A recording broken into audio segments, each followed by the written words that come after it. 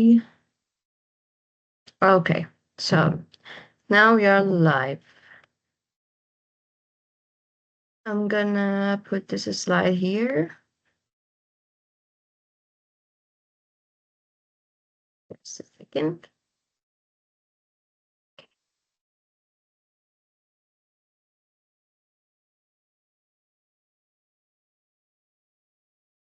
Hey, Nisheen. Hi, How are you? good. How are you? Good, good. Thank you. Okay, so are you ready to start? Yes. Great. So, hello, everyone. Today we are bringing you a role play to guide parents on the journey of potty training using a scenario involving young Aria and her parents. Potty training is a big milestone, and it's natural for parents to have questions, especially when cultural traditions and developmental readiness come into play. So, we are here to discuss some of these challenges and work towards solution together. And now, to bring this scenario to life, we are going to role play this conversation, and I'll start as Arya's parent, asking a few questions about potty training, and my teammate Nushin will take on the role of the educator, sharing insights and advice, all of them. Then we'll switch roles so I can respond to the next set of questions from the educator's perspective. This way, we show both of parents' concerns and the educator's guidance to find that middle ground. Let's get started. All right. Now that we introduced our topic and rules, we'll dive in some questions and potty training. Okay.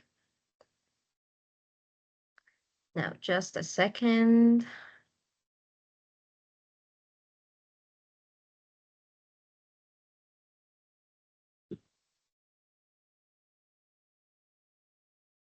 I'm gonna prepare this one.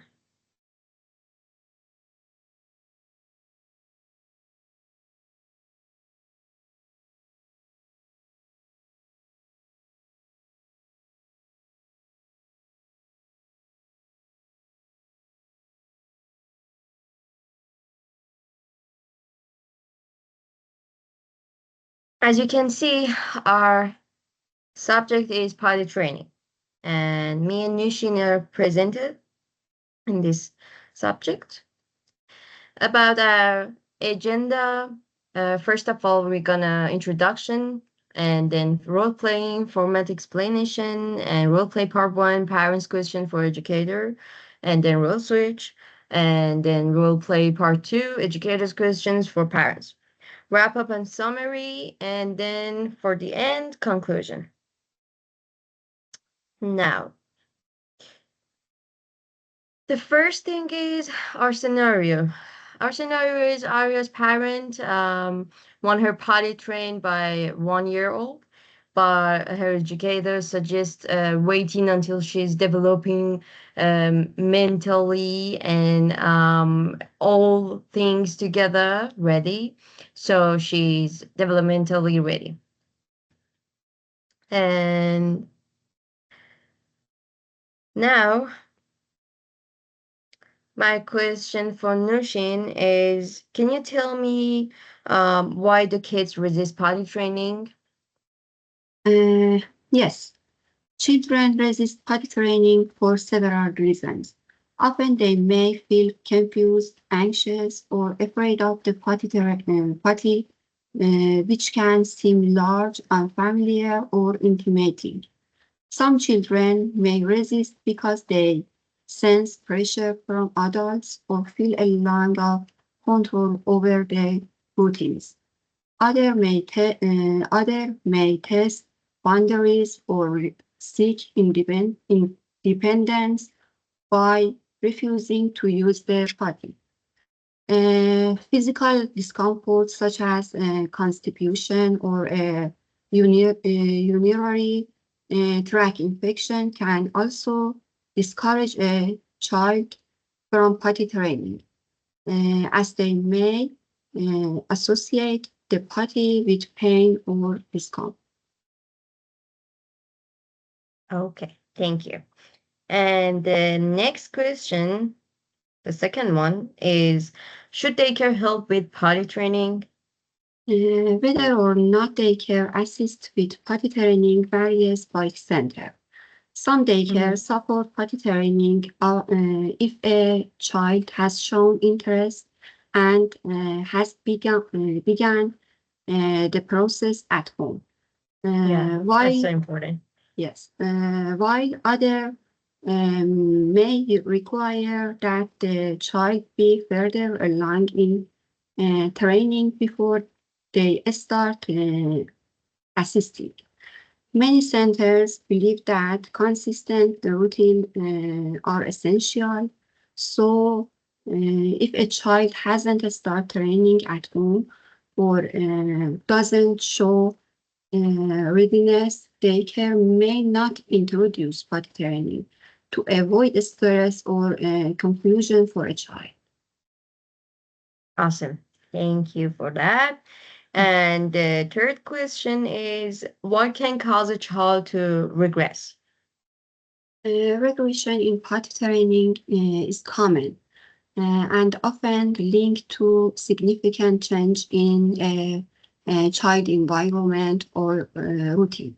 Situations like starting a new daycare, having a new sibling, moving a new home, or experiencing family stress can disrupt the sense of uh, security and routine needed for successful potty training. Children may regress temporarily as they adjust to this change and may need extra patience from caregiver to return to previous progress. Thank you. And the fourth question is, what are signs of potty training readiness? Signs of readiness for potty training include a child's interest in independence and control over bodily function. Other indicator other indicator include staying dry for longer periods, showing curiosity about the toilet or potty, and nuancing when they need to go or have already gone in their diaper. A child's physical development, like improved motor skills to pull up and down their pants, also suggest they may be ready to begin potty training. Great. And the fifth question, how can we speed up potty training? The best way to support potty training is to follow the child's developmental cues rather than trying to rush the process. Um, Trying to rush the process. Encouraging independence, offering positive reinforcement, and maintaining a relaxed attitude can help make training a more positive experience. Consistent routine and a calm approach also help the child feel secure and motivated to make progress, resulting in smoother and more successful training overall. Thank you. Thank you so much. You are Now welcome. we're gonna switch roles and let me put this here. Okay, go ahead, please. Ask me. Uh, Question six is consistency important? Absolutely. Consistency is the key in potty training. It helps children understand what's expected of them and establishes a routine that they can rely on. Obviously, when the approach is consistent, children feel more secure and likely to learn faster. For example, if we use the potty at a specific time each day, like after meals or naps, they start to expect it and adopt to it as a part of their daily routine, as a part of their daily life. So, but it's not just about timing. Consistency also applies to language, actions, and phrases. When parents and caregivers use the same words and gestures, Arya will have clear cues to follow. And then I think this keeps her from feeling confused. Overall, and consistent approach helps make potty training a positive experience rather than something overwhelming. Next question. What's the issue with starting too early? Starting too early can actually lead to setbacks. When children are not developmentally ready, it might be more frustration and frustrating and then helpful for them. And for parents, it's the same thing. So each children reaches potty training readiness at their own pace. If Aria is pushed to start before she's able to communicate her needs or control her bladders and bowel movements, it could create resistance or stress around the potty process. Another issue is that starting early can delay success. When kids feel pressured, they might resist and show signs of an anxiety around the toilet. Plus, it can take longer for them to fully train because their bodies and minds are not prepared for the process yet. So our goal is to wait for signs of readiness and like showing interest in the potty or staying dry for longer periods. Great, thank you. Next question.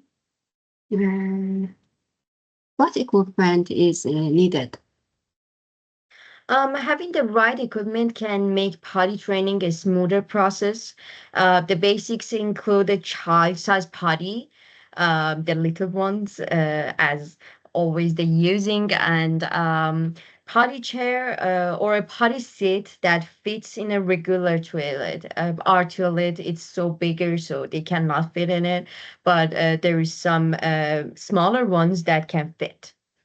So many parents find that the smaller ones, separate potty chair can be less intimidating for young children because it's their size, and which can make them feel more in control. They don't need their hands to hang on the toilet, and frustration is so overwhelming, I think. In addition to the potty itself, having a step stool is really helpful. In my opinion, in my experience, they're so more helpful than other things. And I think it allows children to feel stable and can make getting on and off the toilet easier and being independent, which can build their confidence. The other helpful items might include easy to pull down clothing, as well as wipes and designated places to store rewards or sticks for encouragement. These tools can help make the process more comfortable and engaging for kids. Good, thank you. Next question. Where can parents learn more? There are plenty of resources out there for parents who want to learn more about potty training, including books, online guides, support groups, and a few good book recommendation. My recommendation is Oh Crap Potty Training by Jamie Glowacki, which many parents find practical and easy to follow. For more child-centered approach, the Potty book for girls and boys by Alicia Satin is also so gentle guide that kids can relate to. In addition, websites like the American Academy of Pediatrics or 0 to 3 offer evidence-based information that's easy to understand. For parents who prefer visual links to see what is happening exactly, there are even video tutorials on YouTube or other parenting sites that walk them through the process step by step. Great, thank you. And the last question, what are some helpful tips for parents? Hmm, good question. Potty training doesn't have to be stressful. Here are some tips to make it a more positive experience. First of all, I'm gonna start with be patient. Every child has their own timeline, and it's okay if it takes a little longer than expected. Encourage, but don't pressure. Positive reinforcement can go a long way. And for the second, try to keep it light and fun. You know, being fun is so important because it's kid. It's not an adult. There is no pressure for being to do it or force them or yelling at them. No, just keep it calm and fun, and I think parents can celebrate small successes like sitting on the potty with high fives or a favorite story, bringing books in potty. That's okay too. Another tip is to help Aria feel in control by letting her decide when she's ready to try sitting on the potty. Lastly, I think plan for accidents and be prepared to respond calmly. Uh, if anything happened, if the situation got messy, it's okay. Just calm down and make her calm too. It's so important that in that situations. And I reminding parents to stay calm and encouraging even during setbacks and can help Arya feel safe and confident. And that was all the questions, I think. Am I right? Thank you, yes. Okay. Now we are going for conclusion. In summary, today we discussed some essential aspects of potty training. We covered the importance of waiting for signs of readiness, the need for a consistent approach, the equipment that can make things easier, where parents can learn more, and some handy tips for keeping the process positive. Potty training is a journey, and each child will go through it at their own pace. And the key is for parents and caregivers to stay supportive and patient, helping their child feel secure and confident. So, thank you to everyone on our team, that especially you, Nushin. Thank you so Thank you much so for being much. here and doing this with me. I'm You're so welcome. happy to have you Thank you. here. Me too. And actually, together we've created a quick guide that we hope we make potty training a little easier for families like Aria's family. And thanks for watching this video of me and Nushin. And we hope this has been helpful for all of you in your journey and education. Thank you all. Thank you, Thank Nushin. you. See Thank you. you. See See you you. again. Bye.